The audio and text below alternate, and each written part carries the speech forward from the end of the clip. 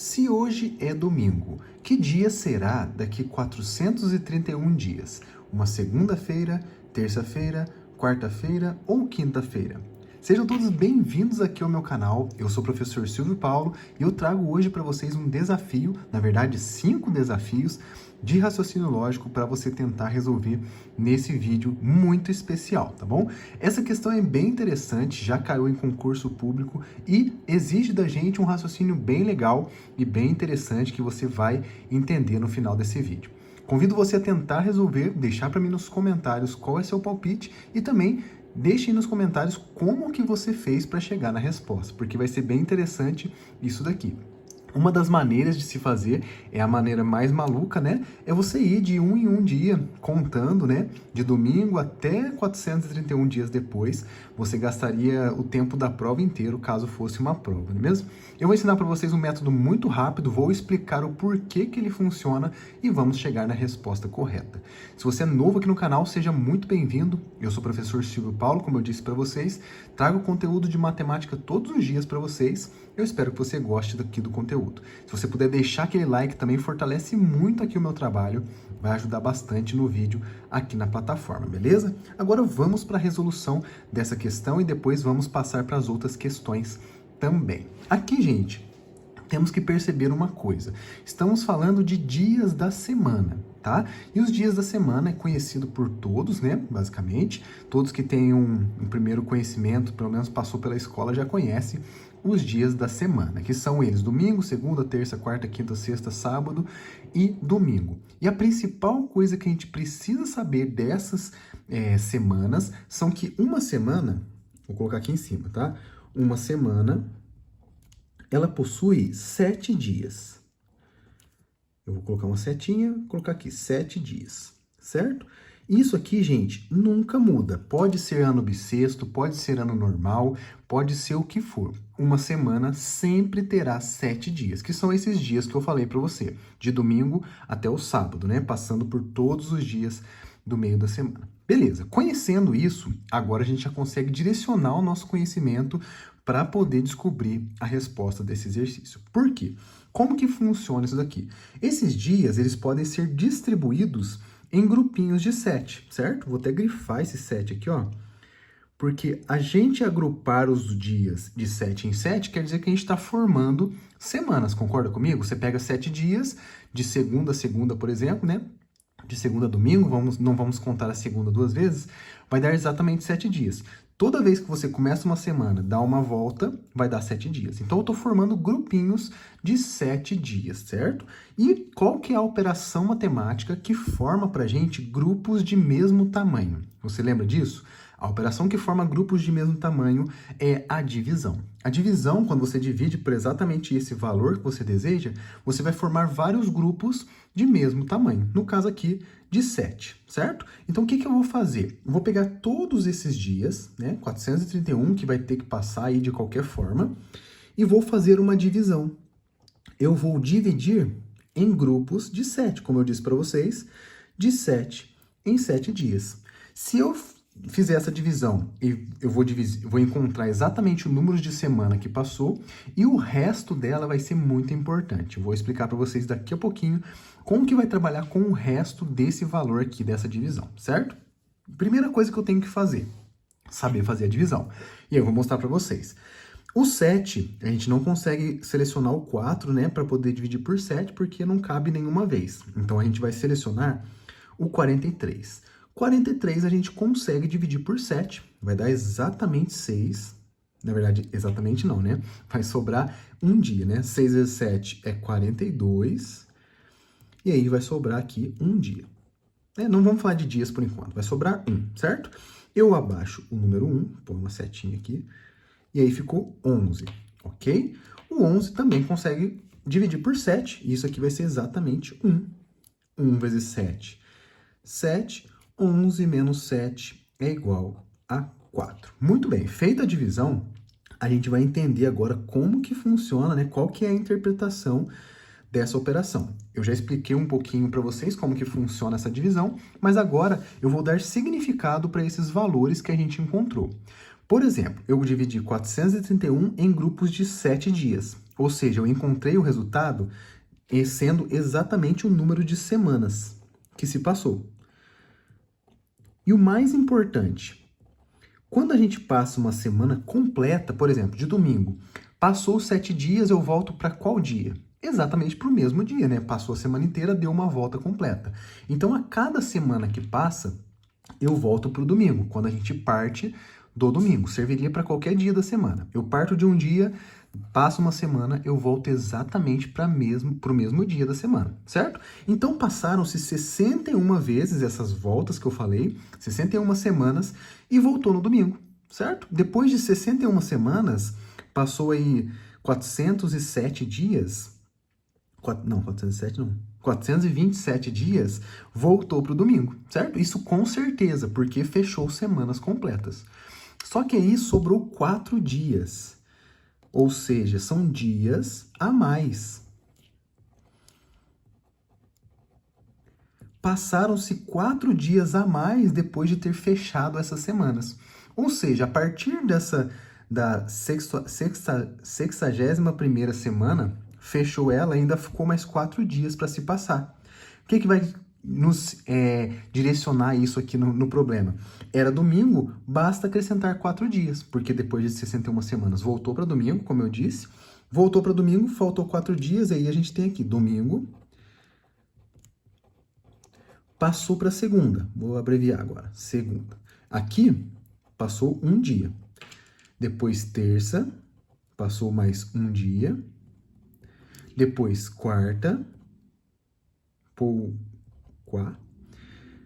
mais um. E depois daqui, veio para quinta. Passou 4 dias. 1, 2, 3, 4 dias. Passaram-se 4 dias depois dessas 61 semanas e caiu na quinta-feira. Ou seja, depois de 431 dias a partir de domingo, que é hoje, vai cair exatamente na quinta-feira, que é a alternativa letra D. Deu para você entender o porquê que isso aqui funciona? Por que essa divisão soluciona o nosso problema? Espero que você tenha gostado dessa primeira questão. Vamos para a segunda agora, para a gente aquecer o nosso cérebro. Vamos comigo. Essa é a nossa segunda questão. Vamos ler juntos. Minha viagem durou 12,4 horas. Isso equivale a quantos minutos? E aí você deve pensar que essa questão aqui é uma questão de conversão de unidade de hora, certo? Unidade de tempo. E isso é verdade. Só que aí não é uma coisa tão direta, porque vai ter uma coisa interessante aqui. Temos exatamente esse número aqui, ó, o número 4. E é ele que eu quero trabalhar, porque muitas vezes o pessoal pensa que, por exemplo, 0,4 horas é igual a 40 minutos. E isso não é verdade. Eu vou mostrar para vocês uma forma, é claro, é só pegar isso aqui e multiplicar por 60, né? A conversão de horas para minutos, né? Se eu pegar aqui, ó, horas, para converter em minutos, e depois se eu quiser também em segundos, é a mesma operação, tá? Eu vou pegar o número de horas e vou multiplicar por 60.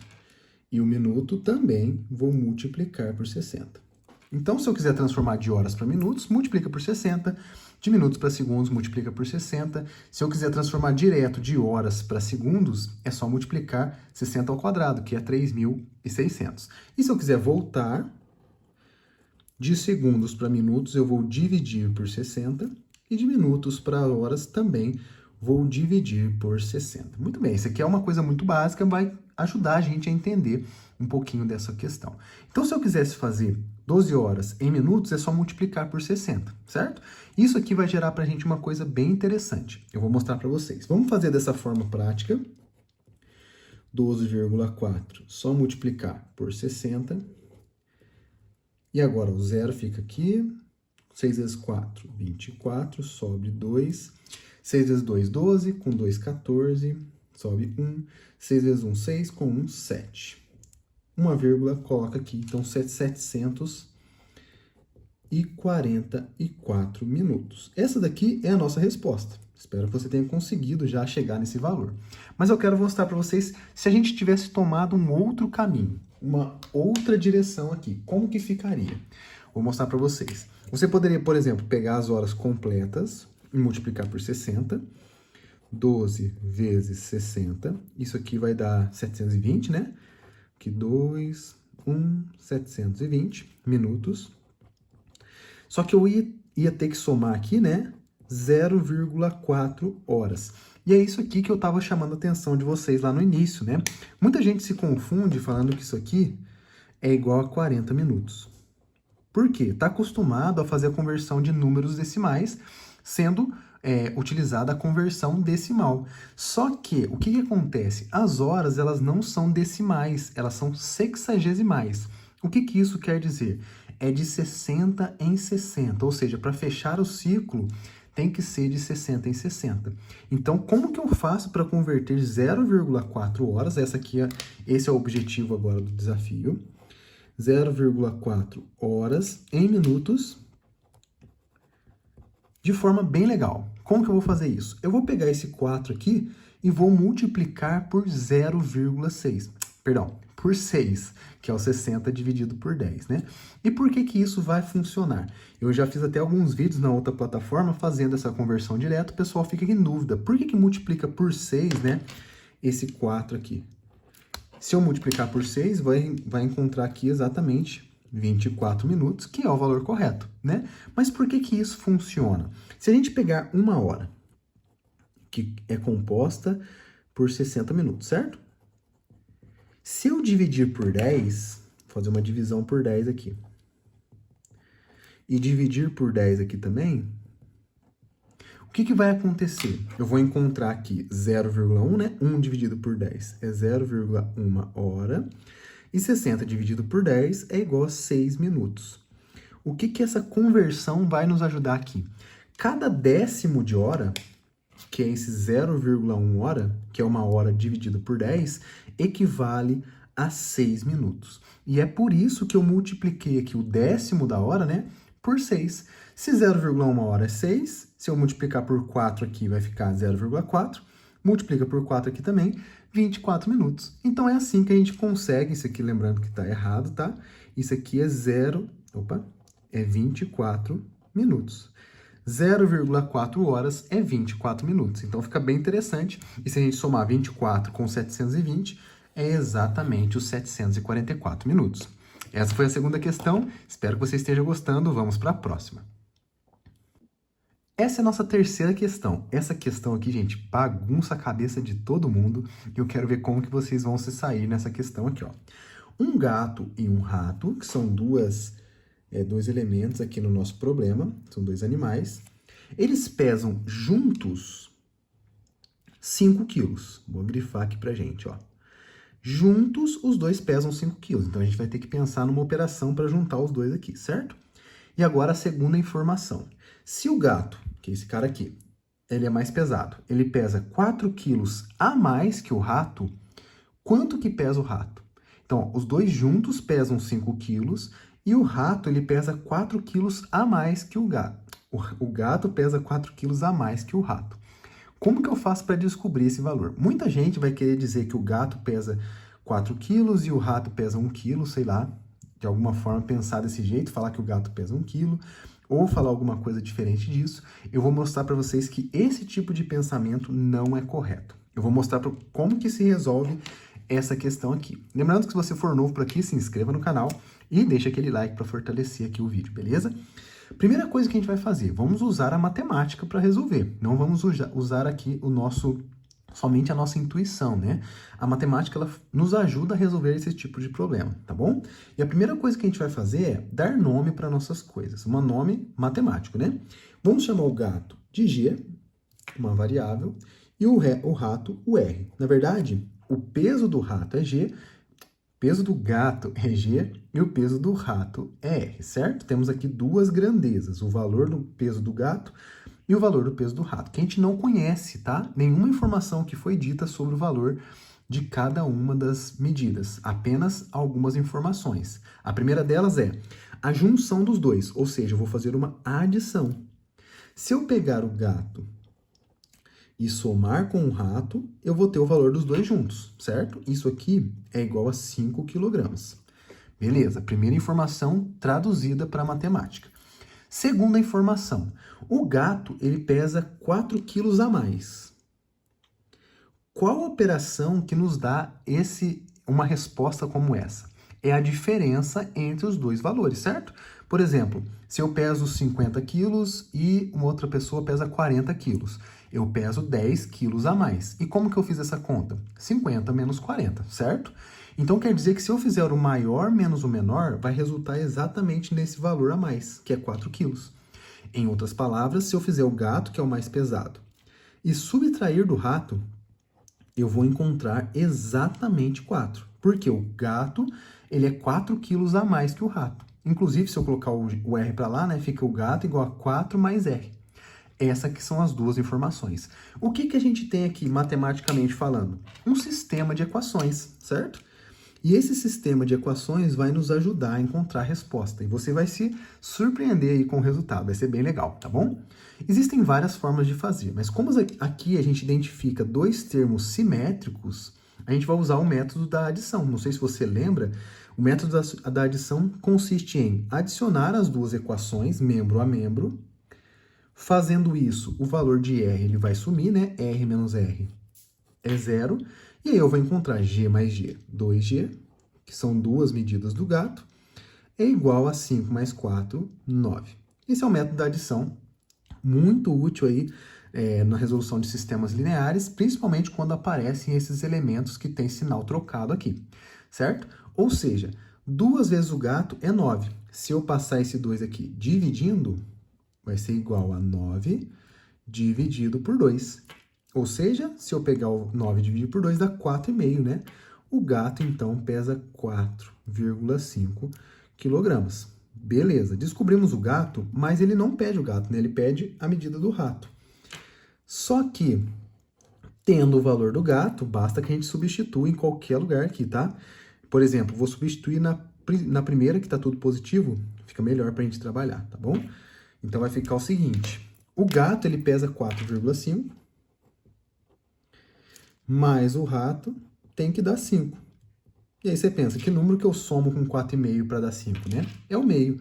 Ou seja, R é igual a 5 menos 4,5. Em outras palavras, que a gente acabou de fazer de cabeça, o peso, né, a massa do rato, é igual a 0,5 quilogramas. Mas você pensa, poxa vida, isso aqui não faz sentido, né? Eu vou mostrar para vocês que faz, e essas duas medidas vão satisfazer as duas informações do enunciado. Então, a opção correta dessa questão é a opção letra C. E se a gente fizer, né, o gato e o rato juntos, 4,5 mais meio, 5. E o gato pesa 4 quilos a mais. Né? 4,5 menos meio é igual a 4. Então, de fato, é esse aqui o valor. O gato pesa 4,5 quilogramas e o rato pesa 0,5 quilogramas. Essa é uma questão difícil, né? Mas eu espero que você tenha entendido o porquê desses resultados. Vamos para a próxima. Essa é a nossa quarta questão, e um grande problema dessa questão aqui é a gente tentar encontrar o resultado utilizando alguma propriedade e utilizar essa propriedade errado. Eu vou mostrar para vocês qual que é essa propriedade que nos gera aqui uma confusão na hora de utilizar, e aí a gente vai encontrar a resposta correta, beleza? A primeira coisa que você pensa assim, ó, você lembra lá do 7º ano, 6º ano, que eu tenho duas potências de mesma base, né? Primeiramente, eu identifico as potências, beleza. Identifico que elas têm a mesma base, só que aqui no meio eu tenho uma adição. A propriedade que nos faz lembrar dessas potências de mesma base é a propriedade da multiplicação, que é aquela propriedade onde diz que multiplicação de potências de mesma base, conservo a base e somo os expoentes. Certo? Só que sobre adição de potência de mesma base, eu não tenho nenhuma propriedade assim que nos foi ensinada ou que a gente deduziu de alguma forma, certo? Eu não posso utilizar essa propriedade para adição. Então, é esse o primeiro equívoco que o pessoal comete, e aí a gente, então, não vamos usar isso, vamos usar a forma correta. Aqui a gente vai usar uma definição muito simples, eu vou mostrar para vocês. Temos aqui dois termos iguais, que estão sendo adicionados. O que a gente sabe sobre dois termos iguais? Vamos pegar um exemplo mais simples, por exemplo, 3 mais 3. Claro, isso aqui é 6, mas uma outra forma, né, como que a gente pode representar a adição de números repetidos? por meio de uma multiplicação. 3 mais 3 é igual a 2 vezes 3, certo?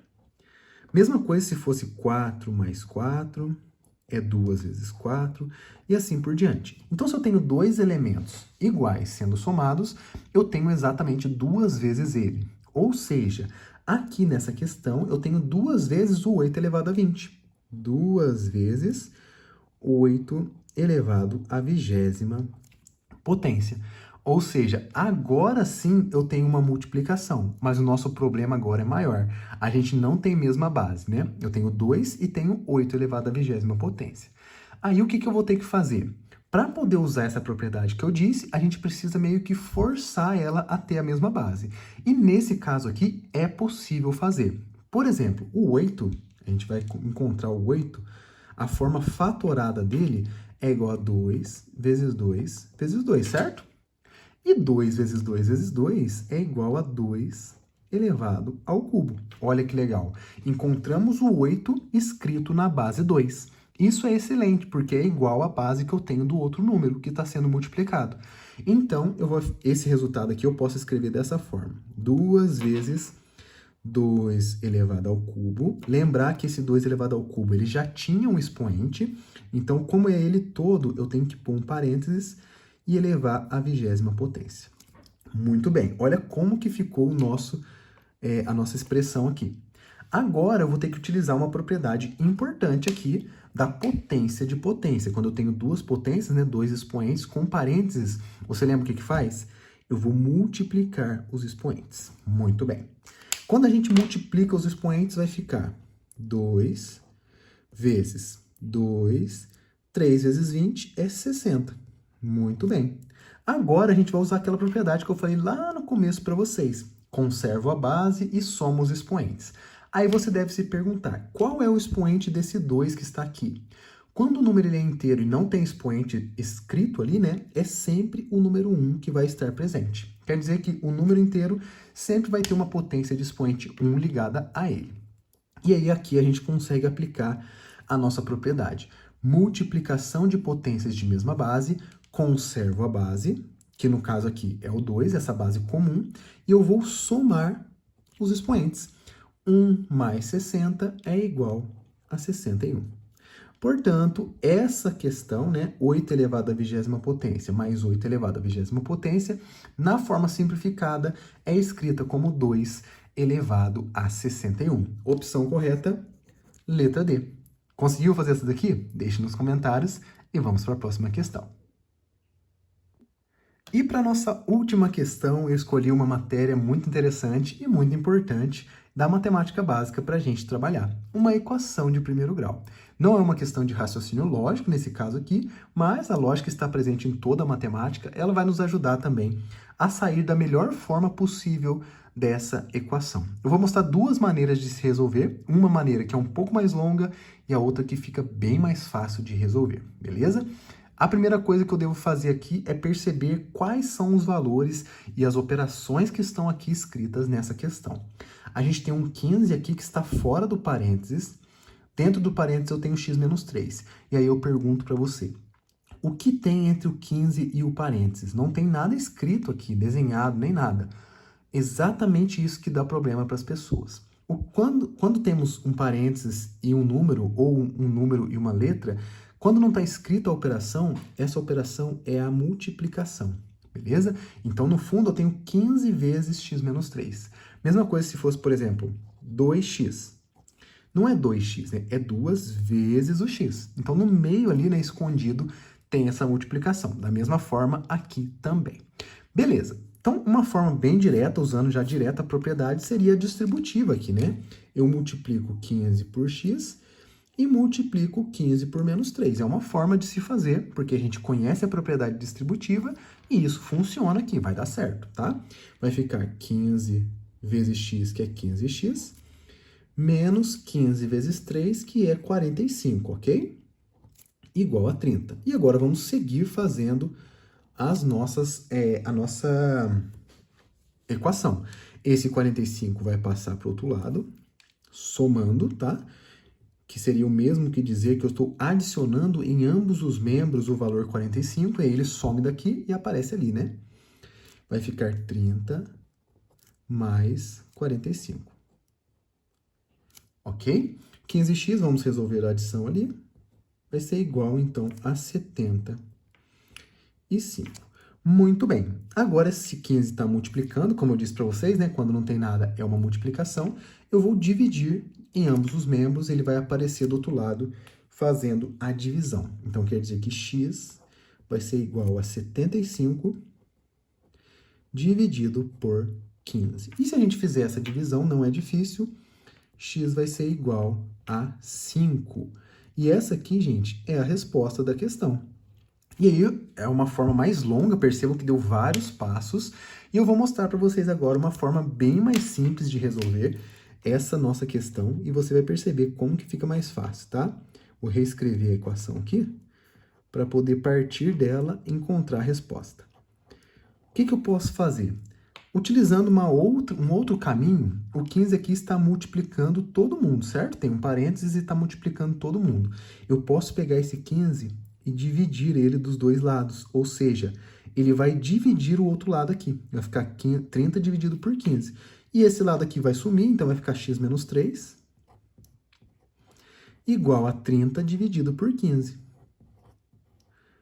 E 30 por 15 é igual a 2.